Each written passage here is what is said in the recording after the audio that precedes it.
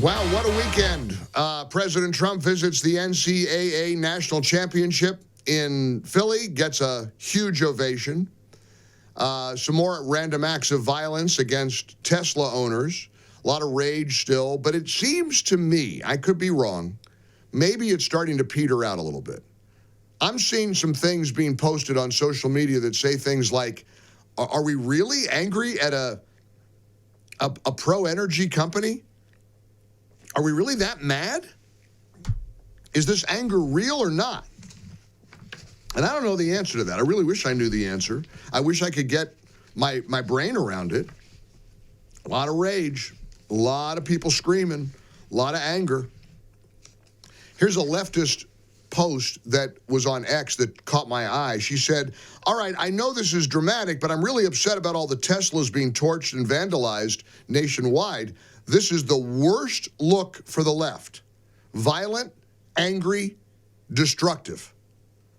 And all of this directed at a clean energy company. She wrote, I'm so disappointed. You know, the truth is the Democrats have they have an identity crisis right now. What are the Democrats? Are they the sort of the angry pack of violent, destructive vandals who are laughing and joking about hurting Elon Musk and his company? Are they progressives who believe in open borders, are truly concerned about government efficiency? I don't know. I know that Bill Maher is sort of a truth teller. Look, I think he's an atheist, or he's certainly agnostic. My problem with Bill Maher is how he doesn't understand or respect people's faith. He's anti-religion. In fact, I think he made a documentary once called, was it Religiosity, I think? Pretty sure that was the name of it. But look, he is a traditional, I think the way to describe him is a kind of traditional, old school, maybe even blue dog Democrat. He got invited to the White House, and he said he's going. And the left is losing its mind. They can't believe Bill Maher has accepted an invitation to sit down with Donald Trump in the White House. But here's what he said on his show this past weekend about the Democrats melting down and the identity crisis that the Democrats face themselves with right now. I just saw this. It's really bad news for Democrats. 2030 reapportionment, there's a group called the American Redistricting Project, and in 5 years we will be redistricting. California is projected to lose 3 seats, New York 2, also going to lose a seat, Minnesota, Oregon, Rhode Island, Illinois, all blue states. Who's getting these? Texas, Florida, Idaho, and Utah. I mean, this looks like game over, and the reason why people are voting with their feet is a lot of what your book is about. Yeah, taxes and regulation. I certainly have been screaming about it forever. I did 3 years with a sign here that said, how long is it going to take me to get my solar hooked up? 3 years.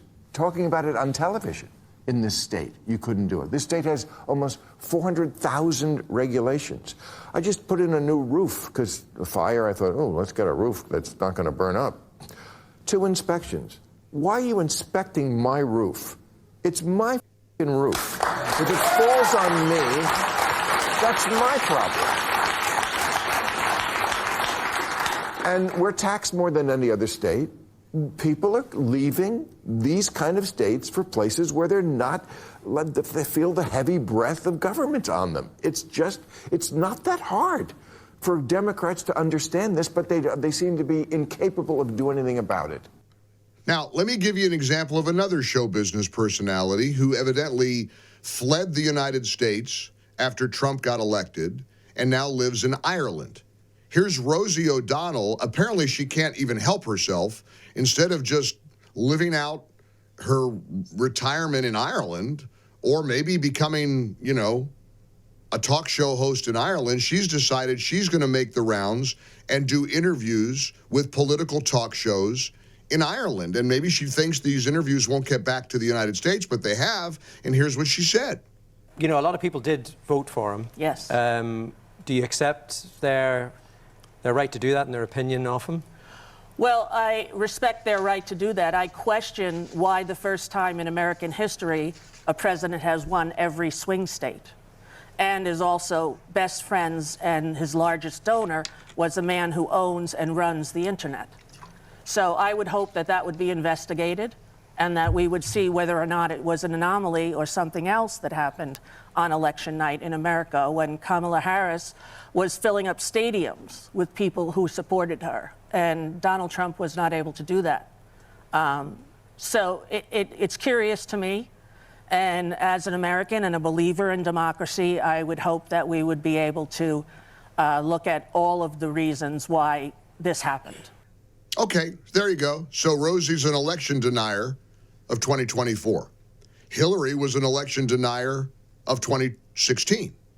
Democrats lined up en masse disputing the outcome of Trump's 2016 victory, saying the Russians did it.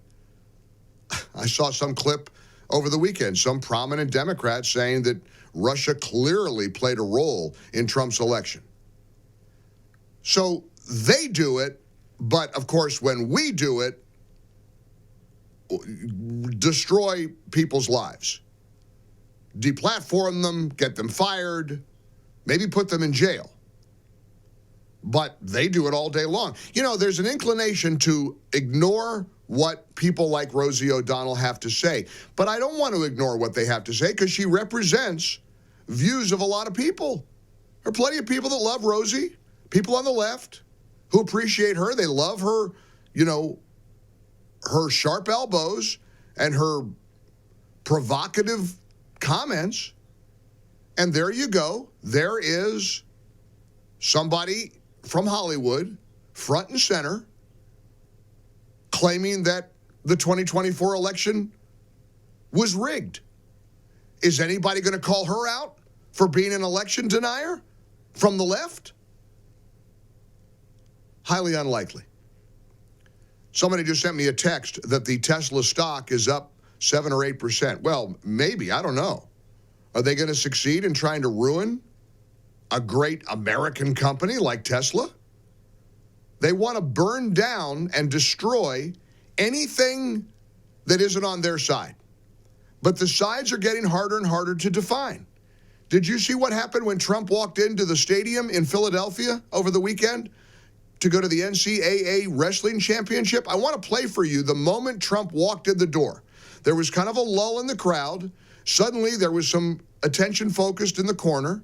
He walks in to watch the NCAA Wrestling Championship, and here's how it turned out.